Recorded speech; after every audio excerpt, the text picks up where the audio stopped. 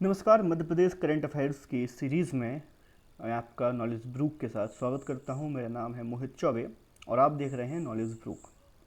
बात करते हैं कि मध्य प्रदेश करंट अफेयर्स में मध्य प्रदेश के जो तमाम महत्वपूर्ण सुर्खियां हैं वो 12 और 13 मई के आसपास क्या रहीं।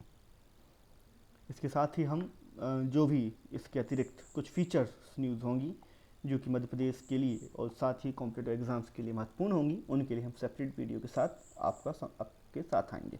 चलिए बात करते हैं कि स्पेशल बैकवर्ड ट्राइब्स हैं जिसमें से सहरिया, भारिया और बैगा। यह अपने आप में एक महत्वपूर्ण प्रश्न बन जाता है कि मध्य प्रदेश की ऐसी कौन सी बैकवर्ड या फिर जो विशेष पिछड़ी जनजातियां हैं तो वह हैं सहरिया, बैगा और भारिया। अब ये सुर्खियों में क्यों हैं? क्योंकि सहरिया, भारिया और बैगा जनजातियों के लिए 2,26,362 महिलाओं के खातों में 44,60,77,000 रुपये की राशि अंतरित की गई। इस अवसर पर आदिम जाति कल्याण मंत्री, महत्वपूर्ण फैक्टर ये भी है कि वर्तमान मध्य प्रदेश के आदिम जाति कल्याण मंत्री सुश्री मीना सिंह और विभाग की प्रमुख सचिव, जो आदिम जाति कल्याण विभाग है उनकी प्रमुख सचिव हैं श्रीमती पल्लवी जैन गोविल आदि उपस्थित रहीं। तो यहाँ से दो महत्वपूर्ण फैक्ट हैं। ये जो अमाउंट दिया गया यह महत्वपूर्ण नहीं है। महत्वपूर्ण ये है कि विशेष पिछड़ी जनजातियाँ जो मध्य प्रदेश से बिलोंग करती हैं वह हैं सहरिया, बैगा और भारिया, और दूसरा कि आदिम जाति कल्याण मंत्री हैं सुश्री मीना सिंह। आगे बात करते हैं कि किस आधार पर इनको यह जो राशि है यह प्रदान की गई। तो आहार अनुदान योजना में दी गई राशि। एक यह योजना है आहार अनुदान योजना। अगर कभी प्रश्न आ जाए कि आहार अनुदान योजना किससे संबंधित है तो यह आहार के लिए दिया जाने वाला एक ग्रांट है। It's a grant for food.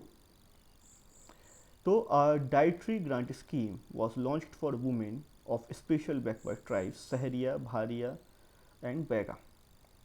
तो ये महत्वपूर्ण इसलिए हो जाता है, लगभग इनको इसके अंतर्गत हर महीने 1,000 रुपये की राशि दी जाती है जिससे ये अपने घरेलू उपयोग के लिए जो भी खाद्यान्न है उसको खरीद सकें। अब बात करते हैं कि प्रदेश के कितने जिलों में यह योजना के तहत इस योजना के तहत लाभ प्रदान किया गया।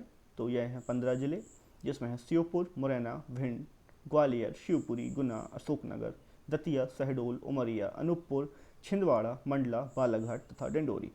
अब हमें इससे यह जानकारी तो मिल ही जाती है कि आहार अनुदान योजना किन किन जिलों में चल रही है।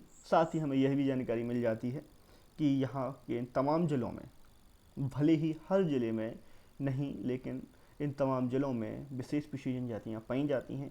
किसी ज़िले में हमें तीनों जनजातियाँ भी मिल सकती हैं तो किसी में कोई खास जनजाति ज़रूर मिलेगी। तो ये था कुछ महत्वपूर्ण डिस्कशन विशेष पिछड़ी जनजातियों के विषय में। और एक बार फिर से देख लें कि विशेष पिछड़ी जनजातियाँ हैं सहरिया, भारिया और बैगा। अभी 12 मई को एक महत्वपूर्ण दिवस मनाया गया, नर्स दिवस। और ये क्योंकि वन लाइनर फैक्ट है कि नर्स दिवस कब मनाया जाता है तो वह डेट है 12 मई।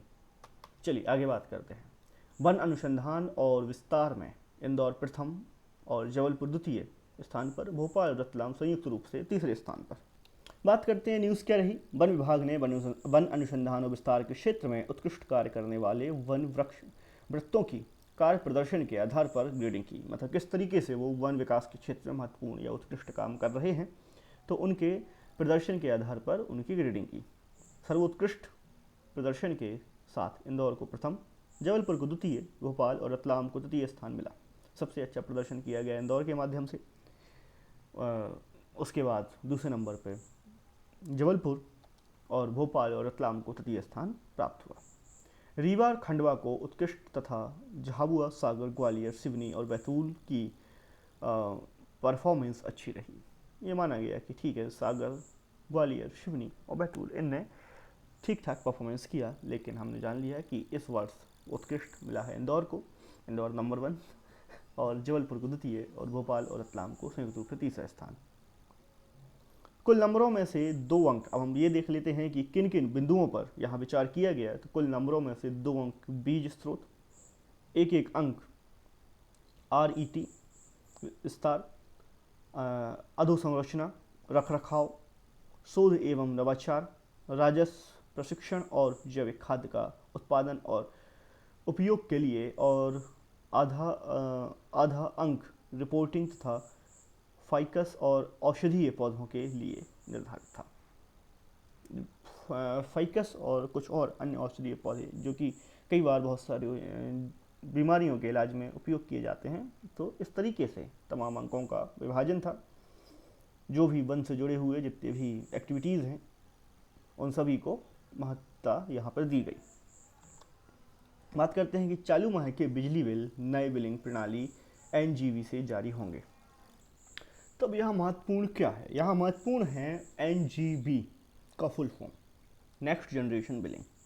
किस तरीके से गवर्नमेंट ने क्या प्रणाली विकसित करी है, क्यों करी है, ये उतना महत्वपूर्ण नहीं है, तो फिर भी देख लेते हैं। मध्य प्रदेश क्षेत्र विद्युत वितरण कंपनी द्वारा चालू माह की बिजली बिल नई बिलिंग प्रणाली एनजीबी द्वारा जारी किए जाएंगे।